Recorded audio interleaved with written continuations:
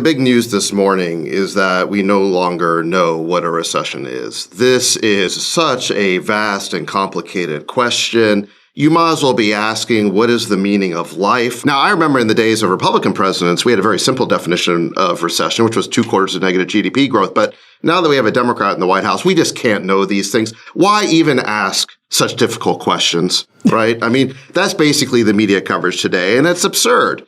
I mean, and you saw for the last week, the administration and its spokespeople have been trying to muddy the waters on the definition of a recession.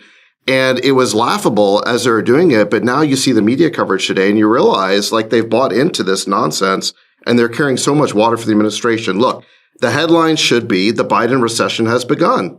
That's it. If you had 3 minutes and 45 seconds for your Biden over-under with Sachs, you took the under, you won. We're in a recession. He's the president. And if we had a Republican in the White House, it would be Republican president recession has begun. Yeah. So the media here is carrying so much water to try and avoid the obvious headline. I just explained it. Instead of reporting the obvious headline, they're now saying that we're approaching recession or we might be in recession. Or we have all these difficult technical issues. Listen, we're in a recession. It started. It might be a shallow recession. We don't know yet. Yeah. It's a recession in which the unemployment rate as of today is low, although the labor participation rate's also low. So listen, we're at the beginning of a recession. It might turn out we might have a bounce in Q3. This might be more of a double dip. I suspect that's what it'll be. But we know the cause of this. The cause of this recession is inflation. If you look at the economy's growth in nominal terms, it grew at 7-point-something%. But because inflation was at 9%, you have to subtract them in real terms. The economy is shrinking.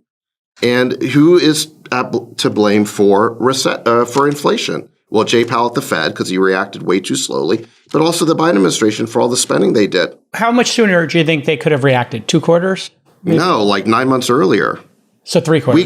We got that first surprise inflation print last summer. It was May, I believe, that 5.1%. We started to talk about 10-year break-evens tips in May of last year. Yeah. So they could have gone quarter or two. No, the 9 months. And they continued. Not only did they not raise rates or signal any desire to raise rates for 6 months, they continued quantitative easing for 9 months, which just makes no sense. But they should have taken their foot off the accelerator right away. Not 9 months. They only stopped in June of this past year. So we've only been quantitatively tightening for 2 months. I thought they stopped the bond buying program in March. Maybe that's right. Yeah. Yeah. But they stopped quantitative easing in March. But you're right. That tightening is just something they're getting started with.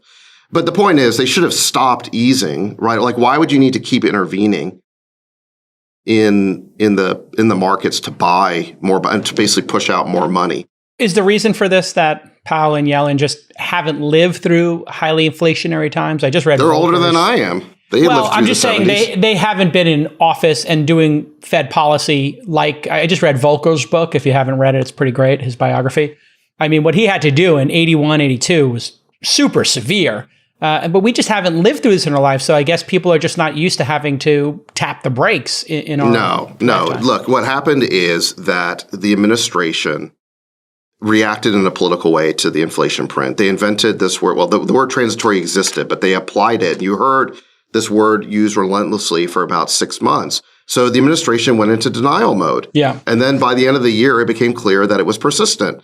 And I think the issue with Powell is that he is basically responding to headline risk, right? So he didn't respond to, the inflation problem last summer. He waits until the headlines tell him he has to react. And so now the thing that he's worried about is recession. Obviously, he knew. No, he's worried about inflation mostly, right? He wants. He's worried about inflation, but if you look at yesterday's but if you look at his comments yesterday, it was more dovish comments. They did a 75-point rate hike, but the comments were more dovish, and I think it's because he knows that today we have this second consecutive quarter of negative GDP growth. So now he's trying to balance recession risk against inflation risk. But the point is that the Fed's been very slow to react, and the administration basically just tries to relabel and rebrand problems instead of confronting them head on.